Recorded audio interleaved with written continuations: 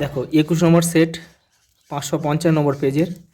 দেখো প্রধান নদী, উপনদী ও শাখা নদী বিধৌত অঞ্চলকে বলা হয় নদী অববাহিকা। দুই একটা দেখো, ম্যাটারহর্ন শৃঙ্গ একটি পিরামিড চূড়ার উদাহরণ। বায়ুমণ্ডলের অন্দরমহল হলো ট্রোপোস্ফিয়ার।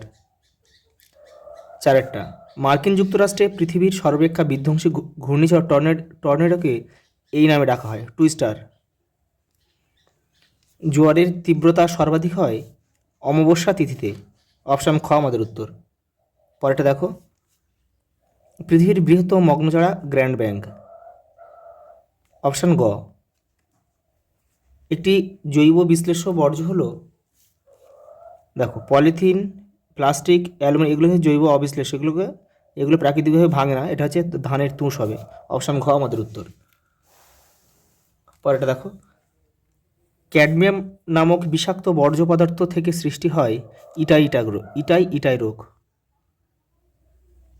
দেখো ফ্লোরাইড দূষণে ফ্লোরোসিস রোগ, আর আর্সেনিক দূষণে কিন্তু ব্ল্যাকফুট ব্যাধি হয়, আর পারদ দূষণে মিনামাটা রোগ হয়। এটাও তোমাদের কিন্তু মনে রাখতে হবে।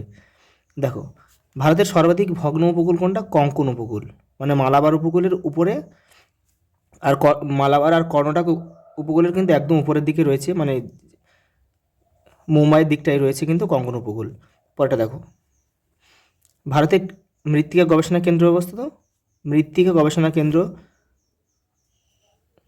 দেখো এখানে যে অপশানগুলো রয়েছে আহমেদাবাদ, কটক, যোধপুর, চেন্নাই, এই অপশান কিন্তু একটাও হবে না। হবে কি? মধ্যপ্রদেশের ভোপালে অবস্থিত। অপশানগুলো কিন্তু ভুল দেওয়া আছে। সকল শিল্পের মেরুদণ্ড বলা হয় লৌহ ইস্পাত শিল্পকে। পরেরটা দেখো 12টা, ভারতের ক্ষুদ্রতম জাতীয় সড়ক কোনটি? NH-47A। পরেরটা দেখো, ভারতের রেল বগি নির্মাণ হয় কোথায়? পেরাম্বুরে, তামিলনাড়ু পেরাম্বুরে। 14টা দেখো, টোপো মানচিত্রে 1:50,000 স্কেলের অক্ষাংশ দ্রাঘিমাগত বিস্তার কত? 15 ডিগ্রি 15 মিনিট ইন্টু 15 মিনিট। তারপর শুদ্ধ অশুদ্ধ দিয়েছে। দেখো ঝুলন্ত উপত্যকা জলপ্রপাত গড়ে ওঠে, এটা কিন্তু শুদ্ধ, শুধু সু লিখতে হবে, ঠিক যেমন নির্দেশ দেবে ঠিক তেমনভাবে কিন্তু লিখতে হবে। ভারতের নিরক্ষীয় জলবায়ু অঞ্চলে ঋতু পরিবর্তন লক্ষ্য করা যায়, এটা কিন্তু অশুদ্ধ। কারণ কি? নিরক্ষীয় জলবায়ু অঞ্চলে কিন্তু ঋতু পরিবর্তন লক্ষ্য করা যায় না। পূর্ণিমা তিথিতে চন্দ্র ও সূর্যের আকর্ষণ বল পৃথিবীর একই দিকে ক্রিয়াশীল, এটা কিন্তু অশুদ্ধ হবে, এটা বিপরীত দিকে ক্রিয়াশীল হলে ঠিক হতো। ভারতের বৃহত্তম কেন্দ্রশাসিত অঞ্চল হলো লাক্ষাদ্বীপ, এটা কিন্তু অশুদ্ধ। কারণ কি? এটা হবে লাদাখ হলে কিন্তু বাক্যটা সঠিক হতো। কম্পোট এই কম্পোটিং পদ্ধতিতে মিশ্র, এটা হচ্ছে কম্পোজিট হবে। কম্পোজিট পদ্ধতিতে মিশ্র সার প্রস্তুত করা যায় না, এটা কিন্তু অশুদ্ধ হবে, এটা যায়। দেখো কোচিকে হ্রদের শহর বলে, এটাও কিন্তু অশুদ্ধ হবে। দেখো হায়দ্রাবাদকে কিন্তু হ্রদের শহর বলে। ইনসেট একটি জিও স্টেশনারি উপগ্রহ, এটা শুদ্ধ।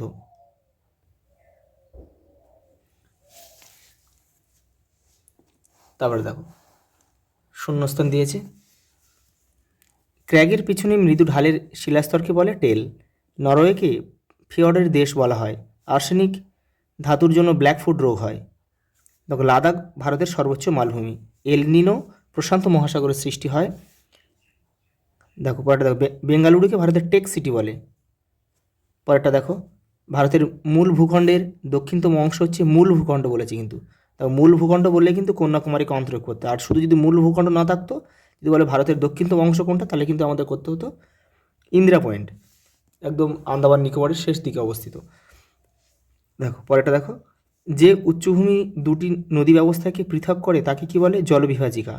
বায়ুমণ্ডলের কোন স্তরে চৌম্বক ক্ষেত্র রয়েছে? ম্যাগনেটোস্ফিয়ার। পশ্চিম ভারতীয় দ্বীপপুঞ্জের ঘূর্ণিঝড়কে কি বলে? হ্যারিকেন বলে।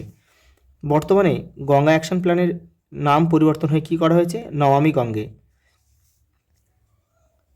কোন মাটির গঠন মৌচাকের মতো? ল্যাটেরাইট মৃত্তিকা। ভারতের একটি বৃষ্টির ছায়াঞ্চলের নাম হচ্ছে শিলং, বা পশ্চিমঘাট পর্বতের পুরো ঢালও তোমরা কিন্তু করতে পারো। পরেরটা দেখো,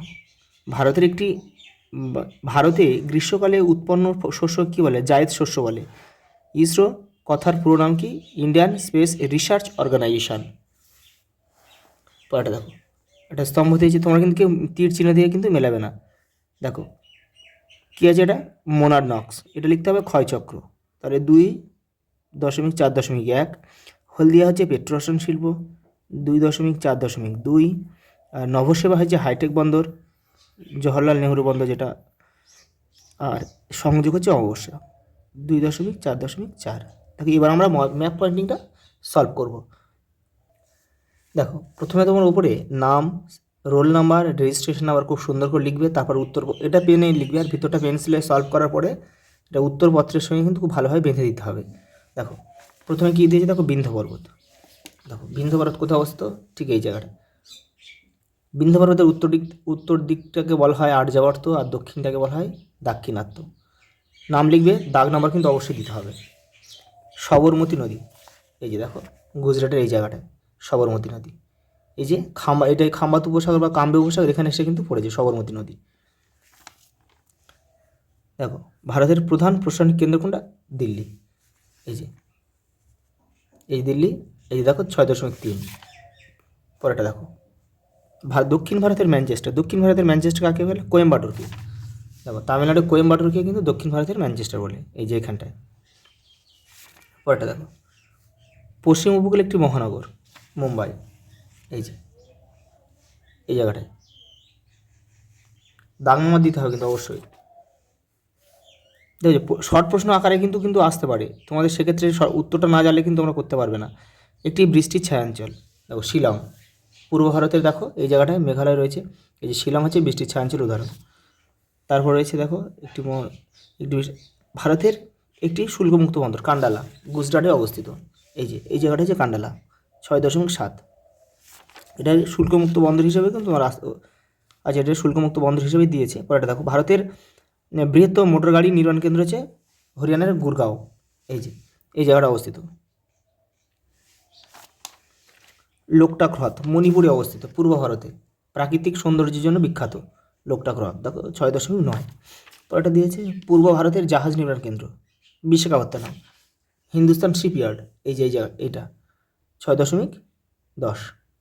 আজ এই দেখে নাও, একটু পুরো ম্যাপটা একটু দেখে নাও একসাথে, তাহলে তোমাদের সুবিধা হবে।